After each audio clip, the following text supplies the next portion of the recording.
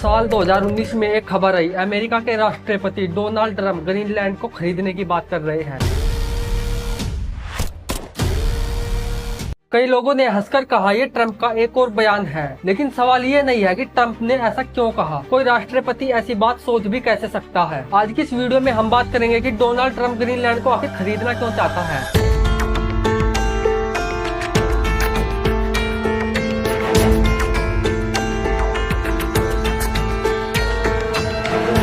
नमस्कार दोस्तों, ग्रीनलैंड को अक्सर गलत समझा जाता है। लोग सोचते हैं कि यह बस एक बर्फ का टुकड़ा है, लेकिन ग्रीनलैंड दुनिया का सबसे बड़ा महाद्वीप है। इसका एरिया लगभग 21 लाख वर्ग किलोमीटर तक फैला है, जिसमें कि इसका 80% हिस्सा बर्फ से ढका है। इस इतने बड़े महाद्वीप पर केवल 57,000 लोग रहते हैं। यहाँ ज्यादातर रहने वाले लोग ल्यूनिट समुदाय से हैं। पॉलिटिकल ग्रीनलैंड डेनमार्क का हिस्सा है, लेकिन इसके पास अपनी संसद है, अपनी सरकार है, अपने कानून है। मतलब ग्रीनलैंड पूरी तरह आजाद नहीं है, लेकिन पूरी तरह बेबस भी नहीं है। 2019 में डोनाल्ड ट्रंप अमेरिका के राष्ट्रपति थे। व्हाइट हाउस के अंदर कई स्ट्रेटेजी मुद्दों पर चर्चा हो रही थी। इसी दौरान डोनाल्ड ट्रंप ने अपने एडवाइजरों से पूछा, अगर हम ग्रीनलैंड खरीद ले तो कैसा रहेगा। शुरू में इसे मजाक समझा गया, लेकिन जब अमेरिका के न्यूज चैनल पर ये रिपोर्ट आई तो ये साफ हो गया था कि ये कोई मजाक नहीं, एक सीरियस आइडिया था।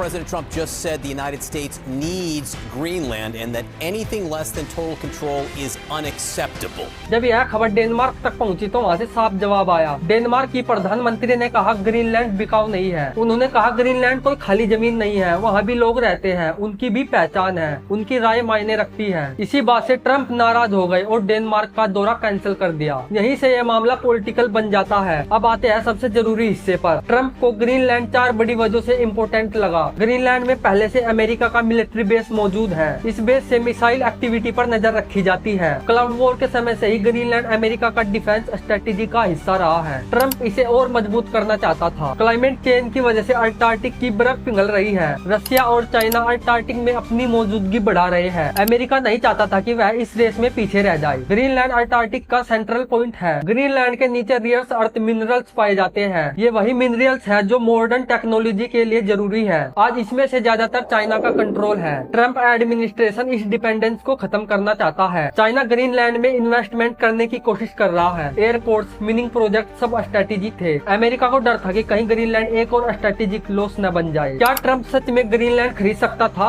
नहीं, क्योंकि ग्रीनलैंड के लोगों की मंजूरी चाहिए, डेनमार्क की सहमति चाहिए, इंटरनेशनल कानून बीच में आते हैं। ट्रंप यह जानता था, इसलिए यह एक डील से ज्यादा एक सिग्नल था। दुनिया को यह सिग्नल दिया कि ग्रीनलैंड फ्यूचर में बहुत इंपोर्टेंट होने वाला है। डोनाल्ड ट्रंप का ग्रीनलैंड वाला बयान ना कोई मजाक था, ना पागलपन। यह एक अधूरा लेकिन लॉजिकल आइडिया था। ट्रंप की गलती बस ये थी कि उसने डिप्लोमेसी को बिजनेस की तरह समझ लिया। आज के समय में देश खरीदे नहीं जाते, लेकिन स्ट्रेटेजिक जगहों पर इन्फ्लुएंस जरूर बनाया जाता है। ग्रीनलैंड आज भी डेनमार्क के साथ है, लेकिन दुनिया की बड़ी ताकतें उसे आज भी ध्यान से देख रही हैं। ये कहानी है बदलती दुनिया की, जहां बर्फ के नीचे भविष्य छिपा हुआ है। तो दोस्तों आज के लिए यही, मिलते हैं किसी और नेक्स्ट वीडियो में।